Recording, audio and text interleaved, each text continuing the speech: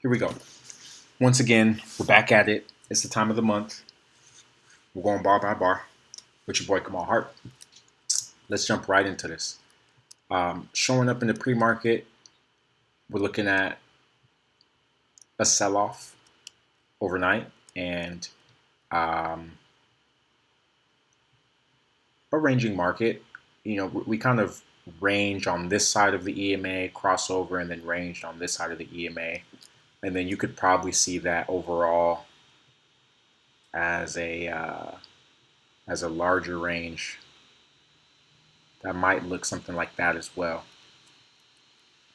So going into this, I'm looking to short the highs and buy the lows, same as always.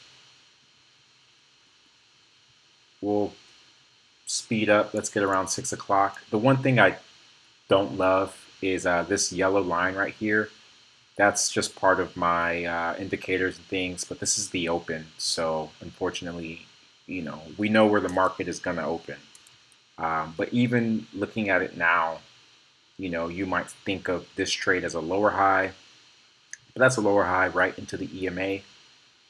Price is going kind of sideways. Like, see how this bar, all of this price action kind of happens within this bar. It's a little sideways. I'd probably just wait. You might get 1 point or something on that. There's our open. And then at this point, we're still just waiting to see what's going to happen. We're trading near these highs, so maybe we can get like a second entry short or like a lower high. There's a second entry short. Small doji bar. Debatable if there's enough room to the EMA if you're going for more than 1 point. So if you were going for more than a point, I probably wouldn't take it. But if you're going for only a point, you might be able to sneak in and out of that one. We get a failed break higher. To the lows, it's just kind of a third entry. It's a little bit of a like failed failure. That's been a new entry technique that I've been employing this month. The concept of failed failures. And that's just pretty much when you see a trade, let's say that the break above right here would have been a failed second entry short off this low. Tried to go lower once, tried to go lower twice. So once that happens, you want to buy. But given the context, you would be buying a breakout in this situation. So when you see that failure trade itself fail and set up a sort of nice signal bar, those are failed failures or third entries. Generally, I like third entries. They're pretty effective. In this scenario, I'm not as interested in the third entry because, again, we're right back into this EMA. So if I'm going to take this trade, I can only really go for 1 point. I do like the overall gist of the pattern, being that I'm looking for a move down, maybe to these lows.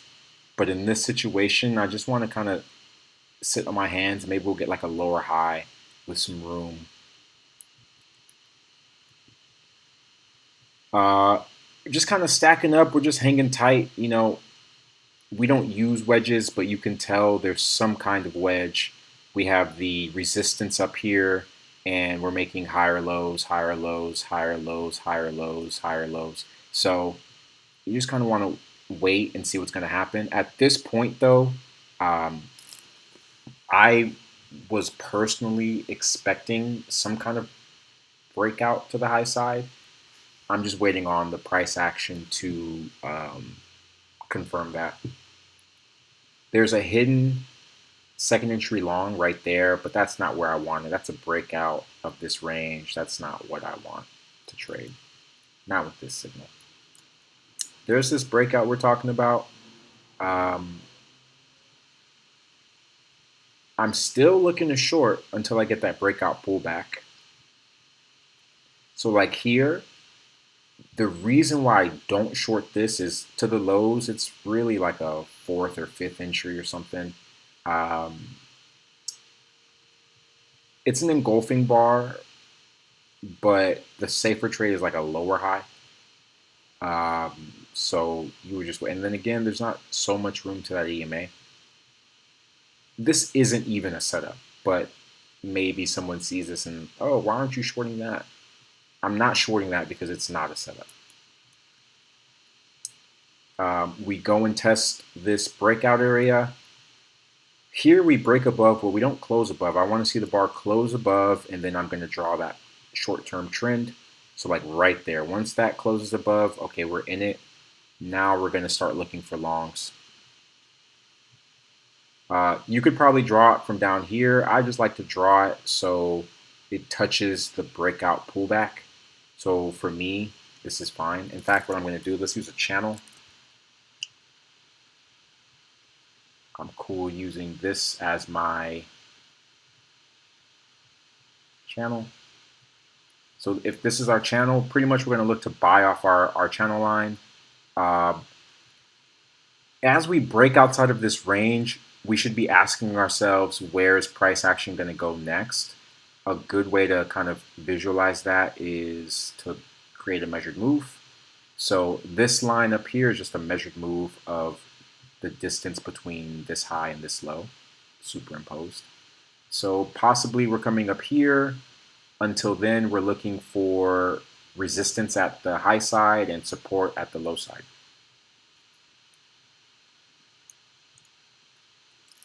We trend up a little bit. We get our a little push lower.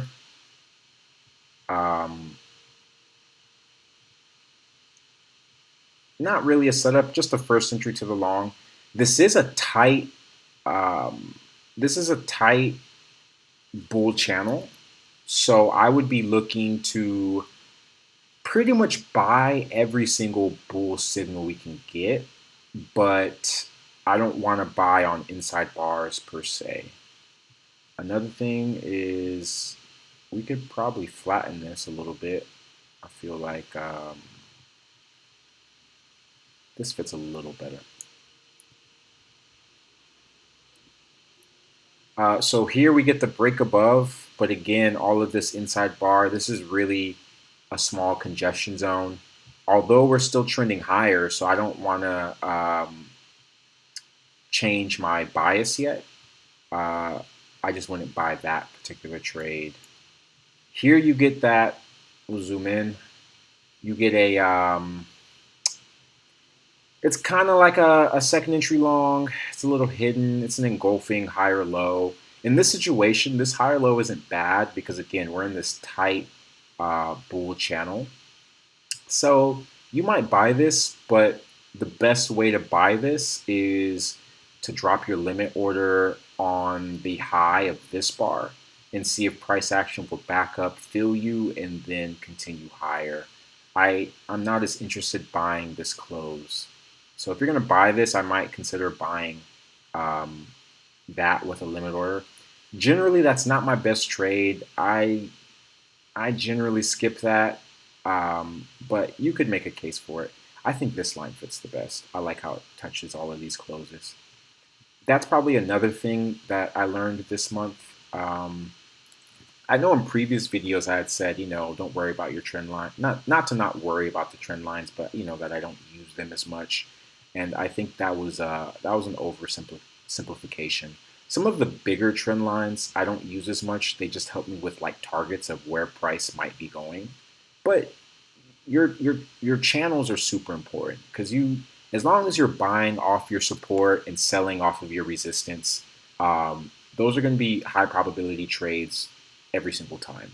So something like this is really a high probability trade, and those channels are what help you find these areas. So I kind of want to recant something that I had said, I don't know, probably a few months ago about not really using the channels and only using like short-term lines and ranges.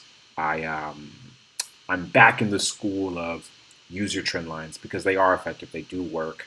I think what you have to do is what you saw me do even just now, is that when you first draw your trend lines, they're not generally going to fit perfectly all the way through. So as you get more information, you should just adjust them. And as long as it fits clean, look how cleanly it fits. Every single time it touches, it reverses, it bounces. As long as it's doing that, it's okay to kind of adjust your trend lines along the way. So use your trend lines and make sure they fit cleanly, and you'll pretty much get nice trades. Now, another thing I kind of took from this month of trading is when should you go for 1.5R and when should you go for 1R? When should you go for half R? Um, Generally, 1.5R is only off the trend key entry points. That's the only time you should be going for 1.5R. In every other situation, whether it's like maybe not a great example, whether it's like a trend break sort of setup where it's not setting up on the trend line, it's setting up after a sort of break and we're expecting the test of the low sides. Those are situations where you only want to go for 1R, maybe even half R if the setup is super ugly. So this is a trade that I think you can take. Let's see if it even fills you. On this particular trade, it doesn't even fill you. So if you try to trade it the way I described with your limit order back here, you wouldn't have been filled. The only way to have filled is to have bought the close. And so let's say I did buy the close. If I would have bought the close, I would have had my limit order there. I still want to cover the signal bar. Um, and that's why you might just not take it because I don't know if I want to risk 10 ticks to make.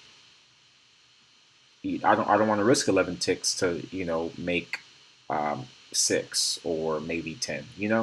But in this situation, if I would have bought the close, that'd be a situation where instead of going for 1.5, you go for 1R and you tick through right there. But again, I don't like trading it like that. But if you had to get in on this trade, this would have been the only way to get in on that trade. To me, this is aggressive. There's kind of a lot to talk about, so I want to keep the pace kind of quick, but I also want to really describe all the things I learned this month because I feel like I learned a lot of things that if y'all absorb, um, it's just going to make the price action a lot easier. Even to the point where everything can be described on the chart. There's almost no noise. When you're drawing your lines correctly, when you're reading things correctly, there's really no noise. But it is hard to do, and it just takes a lot of experience. So that's why we do these videos. So here we get another sort of break lower. I'm trying to figure out the right vocabulary to describe this. It's just, the sellers show up. They can't really do much. We're not even getting close to the EMA. And before they can do anything significant, the buyers are back. I don't want to buy above this bar because this green bar is an inside bar to a doji. So I don't want to buy above this bar, but we're noticing that is happening. I like this bar more. We're off the key entry point. I don't love that we're into the highs, and then of course this bar is kind of big. Um, I won't show an example, but another way that I've been able to kind of trade some of these trades successfully is I actually go down to 1,000 tick chart. So when I'm expecting the entry on the 2K chart, I'll jump down to the 1,000 tick chart, and usually you'll see like a second entry or you'll see like a higher low, and you just take the trade on that chart. It allows you to kind of get in the trade at a like nice price, and then you kind of have to wait to see if it triggers on the 2K. Usually it does, and by the time it triggers on the 2K, you're about halfway to your target anyway, and then you can kind of decide to sort of move your target to accommodate what the 2K is saying, or you just keep the trade on the 1K. Either way, you generally end up in the same place. But in this current market condition, we're in a tight bull trend. You're trying to buy every single clean bull signal you can. So I would buy this. I would even be okay going for 1.5 here, um, which gets us up there, which is where this measured move for the range is. That's a nice bit of confluence. But again, you're risking maybe more than you would like on the ES. So this is another situation where I would drop a limit order, probably 2 ticks off the high, just 2 ticks back, and that allows me to get in for about 10 ticks, and I can manage with about 10 ticks. The other thing to consider is you're going right into this high, so this might be a place where instead of going for 1.5, you go for 1-to-1s, or you just go for straight 2 points. So 2 points gets us to 44.25. So just a tick above this high. So, and see right here, we get that break above. It looks like a trap, but for it to really, I wouldn't get nervous until it breaks below this red bar. So even though this is kind of like, oh shit, um, until it breaks below, the structure is fine, everything is fine. Even something to notice, see how you get this red bar? It doesn't actually close below that trend line. So that's a subtle clue that just, wait it out. Make sure your stop is in the right place. This is one of those places where if you just kept your stop at 8 ticks, you get stopped out. And that's why you want to use the limit order. Use your limit order, you get filled, and you can keep your stop where it's supposed to go. And see how on this next bar, it never even tests this area and then breaks higher. That's a good sign. Now we get that push right through the high. It's aggressive to buy the highs, but again, there's a reason why it's at the highs. It's because the market is strong. So when you buy at the highs, don't over leverage yourself, but also remember that the reason you're at the highs is because the trend is strong enough to be at the highs. So you will make new highs, and maybe you just want to kind of cover your profit along the way. So here, you pull back. There's so much to talk about, and that's kind of the hard thing with these videos is, especially with the overall day videos, because we could spend 30 minutes talking about how do you manage this trade, because this trade goes 8 ticks. You should be at break even plus 1. If you're at break even plus 1, you get stopped out for break even plus 1. But then again, in this sort of market, I don't want to jump out of the trade because this should be a trap for all the shorts, So there are situations where you might keep it under your entry bar. So still you'd be about 8 ticks risk on this trade. And really what we're trying to see is we want to see if this trend line holds. As long as this trend line holds, we're good. And see right here, test it again, get another nice bull signal. This one has a little bit of room to the highs. A tick past the high, you're going to get your 2 points. If I didn't take this trade, I definitely am into this trade. It's aggressive.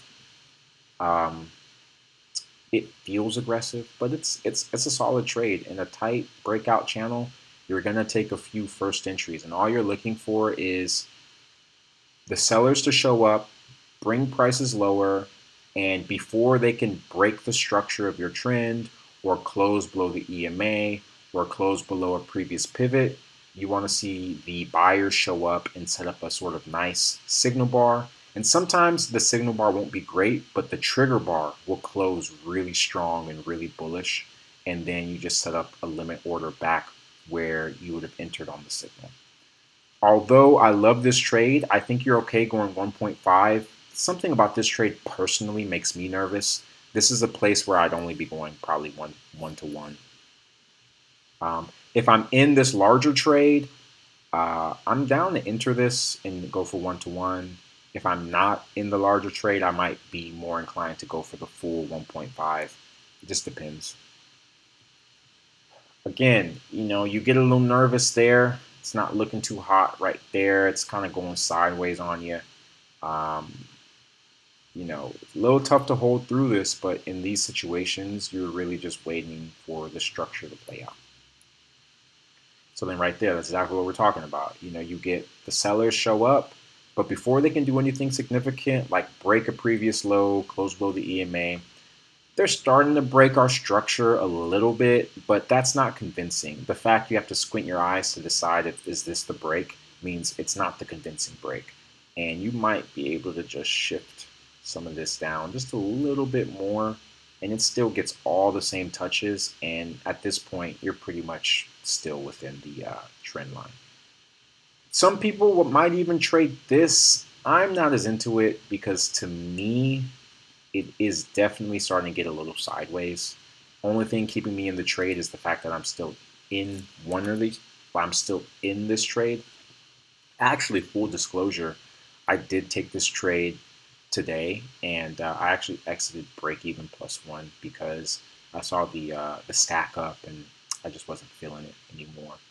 Um, I I knew it was going to go higher, but I was just not ready to see it through. So when it came back, I just exited. But I think if you're reading everything the way you're reading it, if you got in here, it's cool. Getting in here is definitely aggressive. So, I'd say this is a good trade. You can't do anything about the congestion happening after your entry other than stopping out or waiting to see if the structure breaks. And if you buy this, I think you're being a little aggressive. And if you buy this, again, I'm not going for 1.5. I'm probably going for like 0.5, honestly. I just want to see a little momentum. Hopefully I can get out around the highs, and I can profit off an aggressive trade. Get the push, get all the pushes, all of these work. In these markets, just keep buying until you're not supposed to. Now, there's a subtle thing happening here, though, when we say keep buying, because um, we have our congestion zone. So we still need to apply the rules of everything we see. You got to trade what you see, not what you think. So if we have a congestion zone and we break out of that congestion zone, for me to keep my bullish bias, because right now I'm expecting prices to come test this high side. At least come test this high side. Maybe it'll keep going higher. Maybe it'll reverse. Who knows? But until I get that breakout pullback above this range, I'm thinking it's going to come test this area, right? That actually coincides with our measured move of the range from earlier. Right at this range, we're also getting a sort of signal of like, we might come test this area.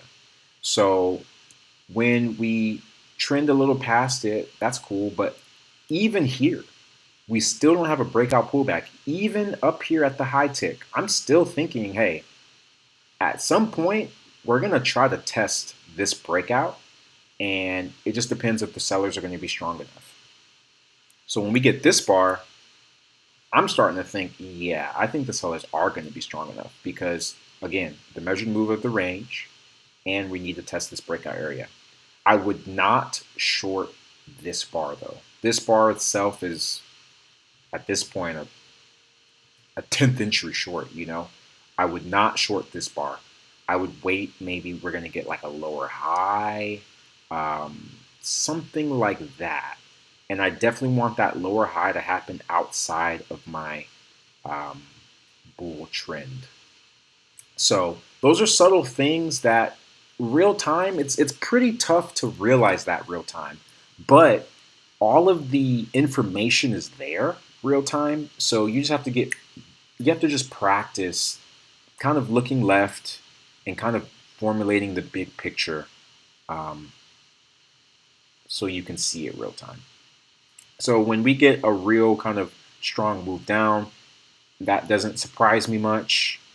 And we get close to that line, it could maybe be a tick up, a tick lower. It's close enough. We test that line. At this point, if we close above this bar, I'm back bullish. I'm gonna keep buying.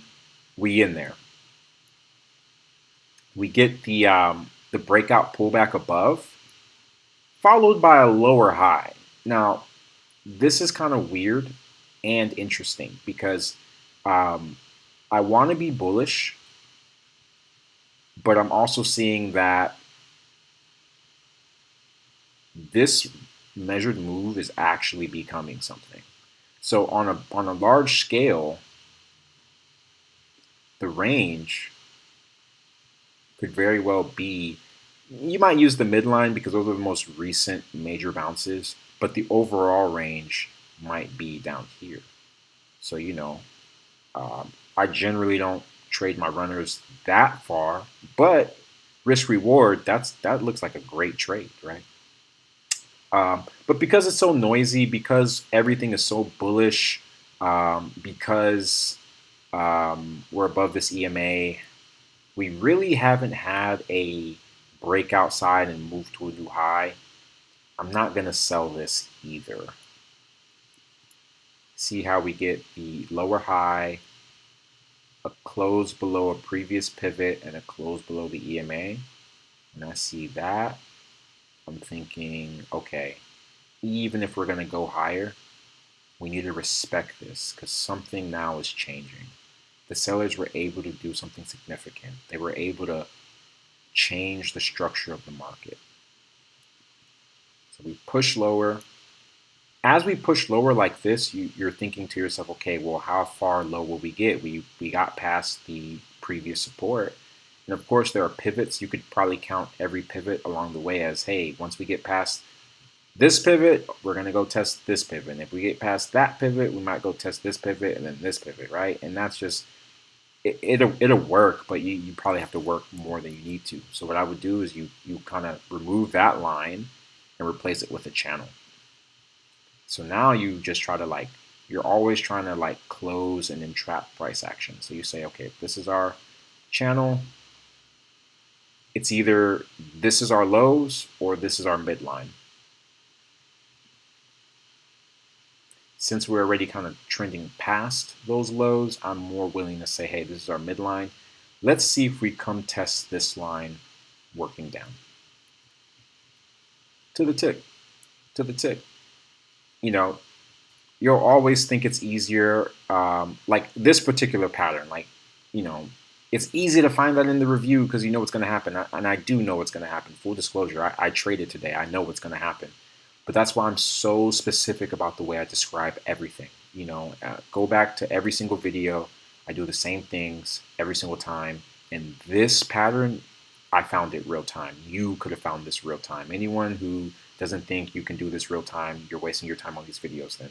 This is just for the people who get what we're doing here, right? So anyway, we are trending lower. We have the bounce. We actually get a failed second entry long right here. Real time, I had a hard time with this trade because we are off the midline, but we're not off the EMA. We're not off our key entry point. We are going short, but we haven't really seen if this is going to play out all the way. Only thing we're really using for this is this kind of short-term trend, and then the fact that it looks like we found resistance up here. And that just leads me to believe that we're probably going to come test this midline at some point. I would say that this trade is aggressive. I personally skip this trade because it's just not my best setup. But, there are people who are more aggressive. There are people who maybe you miss some of these trades, so you're just trying to get something, and you might trade that. This is a situation, let's say if I traded it, I'm not going for 1.5. Look how my 1.5 target ends up outside of the channel. That's generally not a good sign. For this trade, to me, it's pretty aggressive. I would probably even go for 0.5. And that's more traditional to what Mac talks about. This makes me comfortable. The risk reward is crazy, but the probability is pretty high. It's pretty high. You're going to get your 4 ticks on that. It breaks, doesn't quite go lower at first, so you kind of, I don't know if the word is nervous, but you're just waiting to see if the structure is going to hold. What I don't want to see is price break above this doji. As long as we don't break above the doji, hey, we're gonna see what happens. And on the next bar, he might not tick through. Okay, boom, and then you tick through. So you get the trade. You even get the 1.5, but you can see how this trade kind of got held up. This could have easily ticked to 4 ticks like it did right here, creates this double bottom, bounces, hits the EMA, stops you out, creates a better signal bar, and then goes lower. So it is a little tough mentally when you go for a smaller target and then you're like, oh, wow, I could have got my full target. But you just got to remember, you don't know that beforehand, and because it's an aggressive trade, you're just trying to reduce your exposure in case something adverse to your position happens. So we're working lower. Let's go ahead and extend our channel. Look how it's bouncing perfectly to the tick. You love to see it. Like a first entry short, there's really nothing to count off the high side. We just gotta wait. Maybe we're gonna get a move higher. We can start selling off the key entry point. Nice signal bar, but again, I'm not interested in any of these shorts. You might say, hey, this is a tight bear channel. Why would you not short this one? It's not that you can't short this one. The key difference is if we look back to this channel, here's some of the key differences. When trying to short this trade, it's not happening off our key entry point, off the main key entry point, or the EMA. While over here, all the trades that we were taking bounce off the key entry point, bounce off the key entry point, a near bounce off the key entry point. That's why it kind of goes sideways and then eventually bounces off the key entry point. So that's what makes these trades different than this trade. If you must take this trade, I guess you would again go for like a 0.5 target. But for me, I don't really mind. I'll skip a trade because I know the better trade is coming. And you probably get 4 ticks. 91.50, yeah, you get 4 ticks. So if you go for 4 ticks, you get it. Anything more than 4 ticks, I don't think you get it. You probably get stopped out. So let's reassess what's going on. Let's look at the market. Overall, we're still just in this big range. We trended higher. We didn't even get a break in reversal, a break and retest. But sometimes that happens on ranges. Sometimes in ranges, you get to the other side, and once it breaks, and it goes the other way. Nothing too surprising there. But we're going to trade what we see, not what we think. And so at this point, below the EMA, close above the EMA, close above previous pivots, there's at least some kind of bullish momentum right there. And what I might see, even though we have this signal, and this is what I mean by, if we get any bull trades off this channel, I'm not going for 1.5. I'm going for 1R. I'm going for a 0.5R. And I might not even trade any of these bull signals. I might really just want to see the bull pattern break out, test the high, fail, and then start trending back to these lows, because this is the bigger pattern as of now. The downtrend is the bigger pattern. So we work higher, break outside. This is a first entry, a higher low. You don't want to trade into the EMA, so that's pretty easy to skip. This is a challenging trade because I would like to go short, a second entry short, bull momentum, first break of our trend line. We're expecting it to come test the lows. You might even look ahead and say, potentially this is leg 1 and potentially here's leg 2. The reason why I skipped this trade is because we have kind of these dojis back to back. It could easily tick lower and come back higher. Again, we're probably thinking at this point that we're going to test these highs before going lower as well. So based off the way I draw price action, this short is early. It's early. It's so aggressive that I might not mark it, because if you look, okay, cool, it worked, but it's so counter to what I have building. It's just early. So I'll mark it because real time looking at that, I thought, maybe I should just trade it anyway. But I decided, hey, a better trade is coming. It's early. It's aggressive. Just wait. So it's super aggressive, but it's there. It worked. There's enough context to kind of get in that trade. And here's a trade that I took. This is the failed second entry, because now I'm like, okay, We have the failed second entry. We tried to go higher twice. We're trying to test this high twice, right? Like we made the high, tried to go higher once, tried to go higher twice, fails. I want to short below this bar. Pretty much an easy trade. Um, I'm going to explain something here. What happened for me is that, again, I'm also looking at the 1K chart. So I took the trade on the 1K chart and the trade set up a little higher. On the 2K chart, you get an inside bar, another inside bar, another inside bar, and then you finally break there. If I got that many inside bars, it might take me out of this trade, especially since it's a big bar, 12 ticks. Because generally, the way I want to trade a bar bigger than 8 ticks is I want to see it break below, and I'm going to put my limit order a couple ticks back. So, depends on how you want to trade it. That's what I'm saying. It's like it's just so many ways to manage your trades. I can't go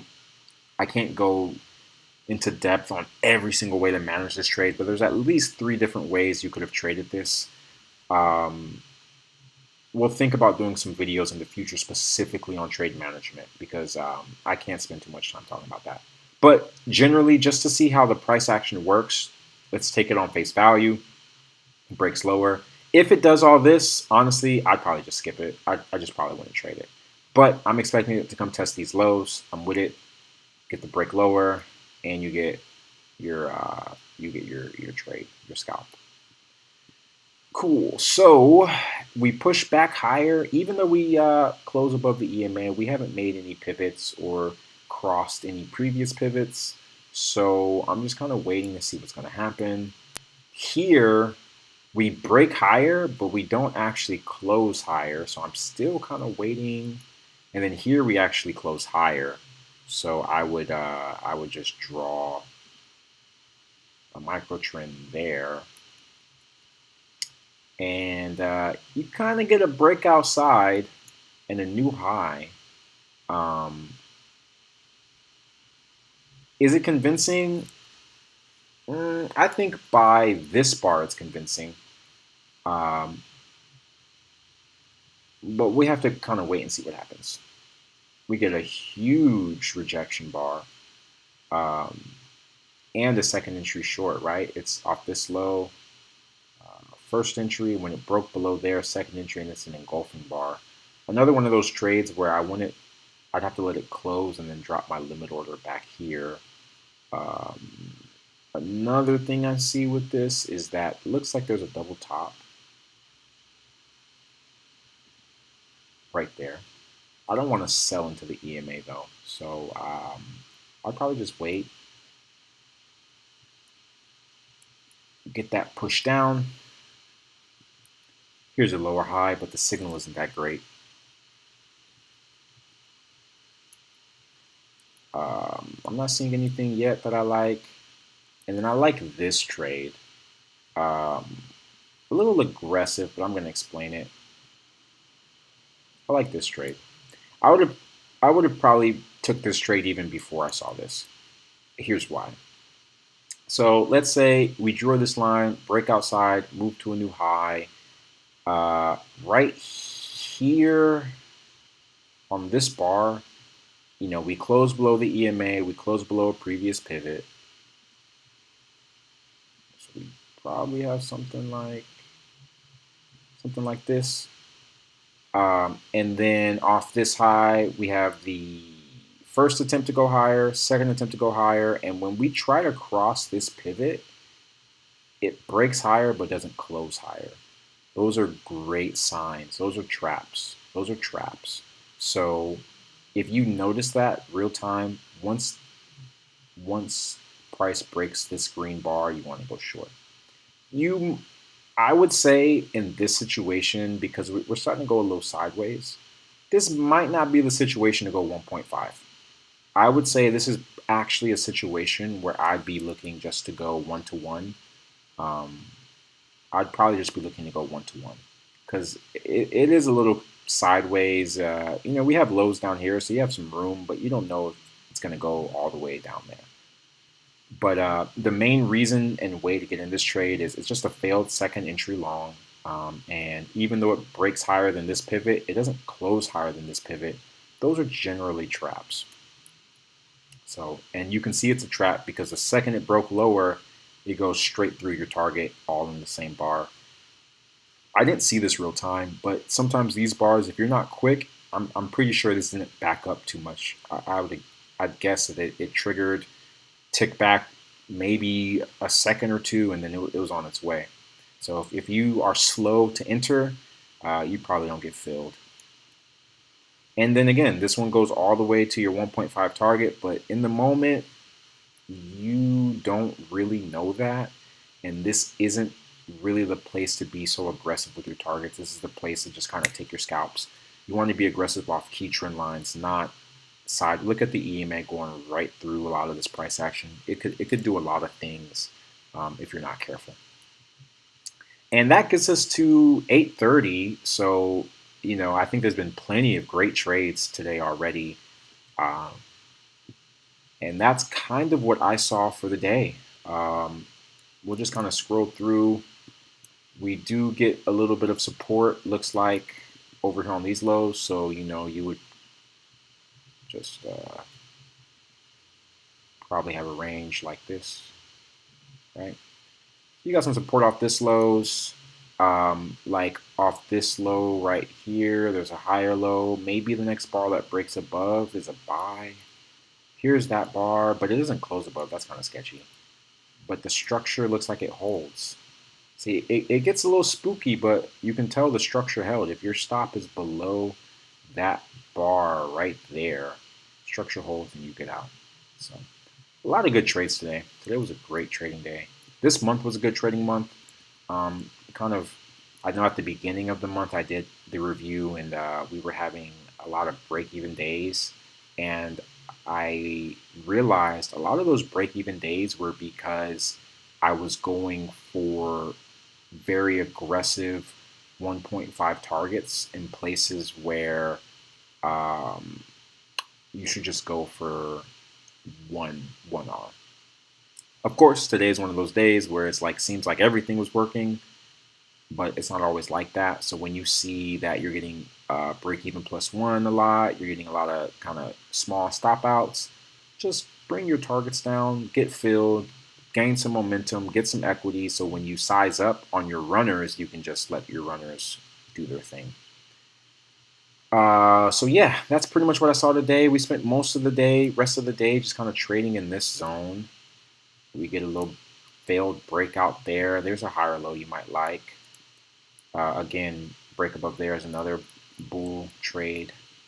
And so yeah, pretty straightforward. Pretty straightforward. Pretty good day. That's pretty much all I got for y'all though. Hopefully in the future we're gonna do some more in-depth trades. If y'all have any questions specifically, that's probably what I would prefer to do the most. If y'all have specific questions, go ahead and ask me, and I can make videos on those types of topics specifically. Otherwise, because some of the things that I'm working on at this point are really complicated, and it might be a little over the heads if you're not already reading the price action the way I do. So all that's to say is we are done for the day. We are done for the month. Y'all have a good weekend, and we'll be back next month to break it down. See y'all.